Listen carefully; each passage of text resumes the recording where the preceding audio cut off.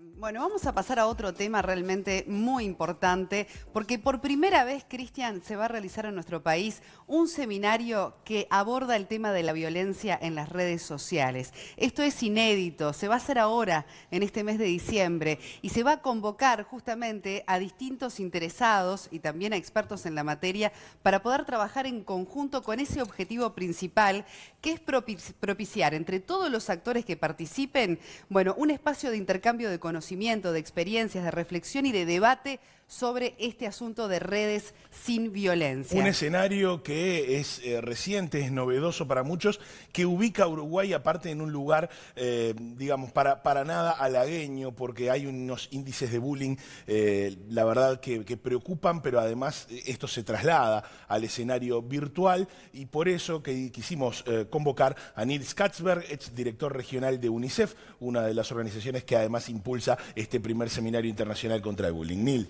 bienvenido, un placer. Qué gusto poder estar con ustedes. Bienvenido, bienvenido. Bueno, qué interesante que se lleve adelante este seminario en nuestro país, ¿verdad? ¿Con qué realidad se ha encontrado cuando estudió un poco el caso de Uruguay en estos asuntos de violencia en redes sociales? Bueno, se traslada lo que se ve en la vida diaria al mundo cibernético, pero en el mundo cibernético es como que se puede actuar con impunidad. Y esa impunidad hace que no haya castigo a quienes están agrediendo a otros, ¿no? Y eso en la gente joven está creando mucha ansiedad. Y bueno, ya sabemos de otros países que hay quienes llegan hasta el punto del suicidio. O sea, una chica se enamora en la escuela, le manda la foto al noviecito, el noviecito, un descarado, se lo manda a todos los de la clase. ¿Con qué cara esa niña va mañana a la escuela? O sea, eso ya configura claramente como abuso en redes. Claro. Y entonces ahí ha llevado a algunos al punto del suicidio. Y el problema es que hay muchos padres que todavía son analfabetos en esto. Entonces todo esto, este drama está sucediendo dentro de la casa sin que el padre o la madre ni siquiera sepan, porque no saben, no tienen, digamos, las herramientas como para interactuar. Nils, ¿y qué otras modalidades, digamos, con las que estemos familiarizados los uruguayos, podemos mencionar cuando hablamos de ciberacoso?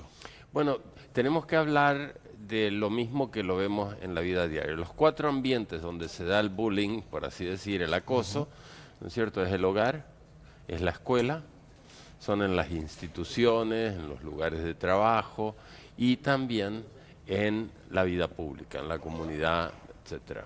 Desde políticos que se hacen el bullying y generan un sentir que es legítimo estar atacando el uno al otro de un modo que va más allá del discurso, digamos, sociable. Y entonces en el mundo ciber se reproduce exactamente lo mismo, ya sea que se hacen bullying entre familiares o tenemos, digamos, el bullying entre los alumnos de una escuela o en instituciones, lugares de trabajo o en la vida pública. Entonces cada área requiere acciones específicas, ¿no? Sin duda. Ahora, veíamos la vulnerabilidad sobre todo de los jóvenes, ¿no? De los adolescentes. Por alguna cifra que por allí leí, 3 de cada 10 adolescentes sufre ciberbullying. Sí, eso es lo que las encuestas están mostrando. Y lógicamente todo lo que es medición de violencia es indicativo, no es una ciencia exacta. Pero tenemos que actuar sobre eso. Y ante todo tenemos que generar conciencia de aquellos que tenemos responsabilidad de tratar de crear protección. El seminario que se va a hacer el 22 y 23 de abril del año, estamos esta semana, digamos, promocionando para que exista conciencia, que vengan maestros, que vengan profesores, que vengan abogados.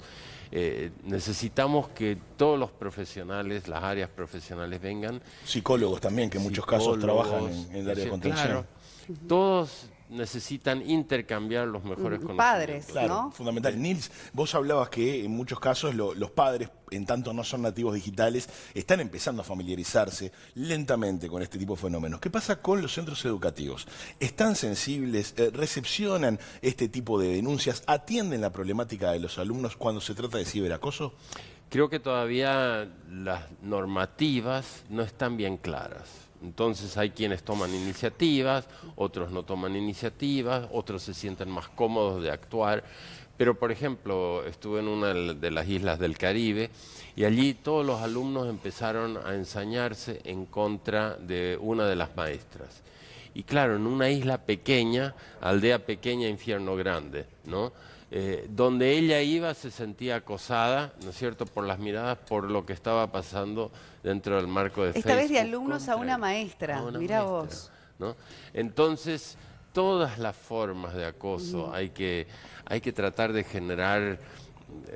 o sea, tú no quisieras, yo no quisiera que mi hija esté acosando a nadie, tenemos que ayudarnos. Ahora vamos a leer algunos mensajes porque por supuesto bienvenidos todas sus experiencias sobre esto, pero este juicio fue histórico, este juicio que ocurrió en nuestro país, que falló a favor de una adolescente víctima de bullying en un colegio privado. Ocurrió en el 2014, la justicia responsabilizó finalmente al centro educativo del estrés postraumático generado por 7 años de maltrato. Esto ocurrió en un colegio privado, la justicia termina, bueno, en este caso no encontró otra manera que, bueno, compensar el daño con dinero, con plata. Por el momento no se vislumbra, digamos, otro resarcimiento, pero fue realmente un caso que llamó la atención. Pero ¿no? es que ahí se ve que más que un episodio con un efecto puntual, estamos hablando de 7 años, digamos, de maltratos con todas sus consecuencias. Las descripciones son tremendas de lo que vivió esta persona. 7 años para una persona que tiene 10 años, 11 años, 7 años, es muchísimo más que para una persona que tiene 25, 30. O sea, son años sumamente formativos. ¿Cuáles son las consecuencias de haber sufrido el ciberbullying? Porque acá estamos hablando, bueno, de lo que fue el estrés postraumático de haber vivido todo eso, lo que debe ser para esa familia volver a empezar, ¿no? Con tantos años de todo tipo de maltrato, ¿verdad? Sufrido, bueno, padecido. La arma siempre más potente, lógicamente, es el amor. El hecho de que la persona que estuvo involucrada en el bullying también pida perdón es un factor importante para la víctima. Y eso tampoco hay que sobreseerlo.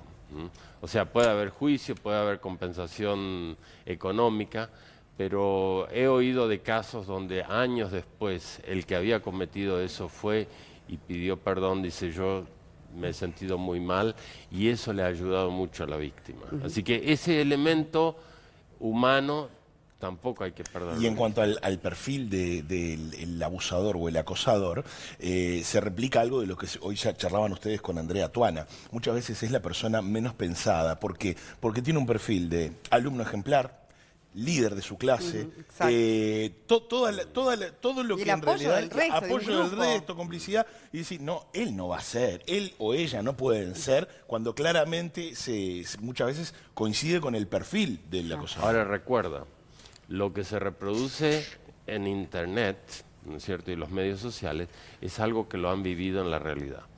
Y donde más se da el bullying, no es en la calle, no es en la escuela, es en la casa. Y ahí tenemos que reconocer que hay demasiado, por así decir, bullying en la casa. Vos sos todos esos tipos de expresiones, atorrante, un vago, lo que sea, un inservible. ¿no es cosas que uno realmente no quiere. Eso no construye la autoestima. Y un niño que perdió la autoestima va a tratar de tirar abajo a otro en donde pueda. Entonces, el hogar tiene una Es importante lo que decís porque no siempre se asoció que en realidad el niño que hostiga a otro, digamos, tenga alguna dificultad o algún problema en la casa. En general, ahí empieza. En general, vos estás asociando de que sí, de que el niño que está hostigando, o la niña... Fue hostigado. Fue hostigado en el hogar. En el hogar. Y lógicamente no es 100% así, siempre existen las excepciones que confirman la regla, pero muy frecuentemente la persona que está hostigando en la escuela fue hostigada. Pero ahí también hay que crear una cultura, ¿no es cierto? ¿Cómo vas a ser el defensor del que está sufriendo bullying? Conocí a un muchacho con parálisis cerebral. Eso le afectó la parte motora. Entonces le costaba hablar. Él me contaba que todas las mañanas antes de ir a la escuela él se sentaba y trataba de tranquilizarse para saber cómo voy a sobrevivir este día en la escuela. Porque él no quería volver y decirle a la madre, hoy me estuvieron haciendo bullying de nuevo porque lo iba a sacar de la escuela y él quería terminar la escuela. Pero él dice, en todos los años que fui a la escuela jamás salió una maestra a defenderme, jamás vino un compañero a defenderme. Y tenemos que crear una cultura que en Uruguay cualquier niño, cualquier joven que vea a otro sufriendo bullying, ahí va a estar a su lado defendiéndolo. Nils, tenemos muchos mensajes porque la audiencia lógicamente se ha implicado con este tema y también en base seguramente a experiencias personales. Estela dice, gracias por tratar este tema. En nuestra familia tuvimos que bloquear las cuentas de mi hija mayor porque estaba sufriendo mucho daño.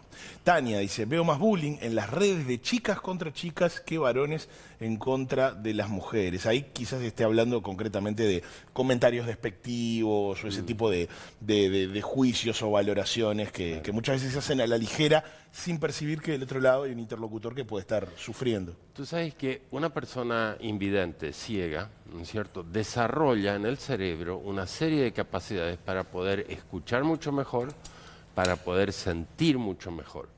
Del mismo modo, tú nutres con cosas positivas el desarrollo mental en ciertas áreas.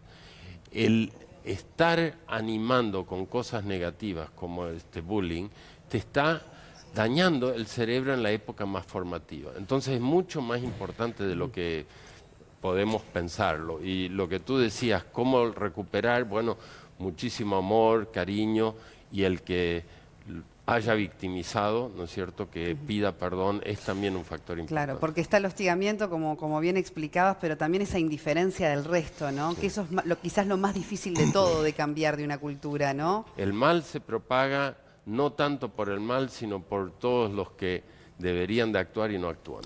Quedó Con claro. Eso creo que ese mensaje que nos involucra a todos, queda más que claro, ¿no? 22 y 23 de abril de 2019, este seminario de redes sin violencia. La información, Nils, a la cual puede acceder la gente, ¿por dónde se puede encontrar? Se la vamos a transmitir para que lo puedan mostrar. Nosotros vamos a través de nuestras redes entonces a replicar ese contenido para que en abril tenga muy buena concurrencia. Y bienvenida a este primer seminario que finalmente se va a hacer en el país contra las redes, contra la violencia de las redes sociales. Muchas gracias. Muchas gracias. Muchas gracias.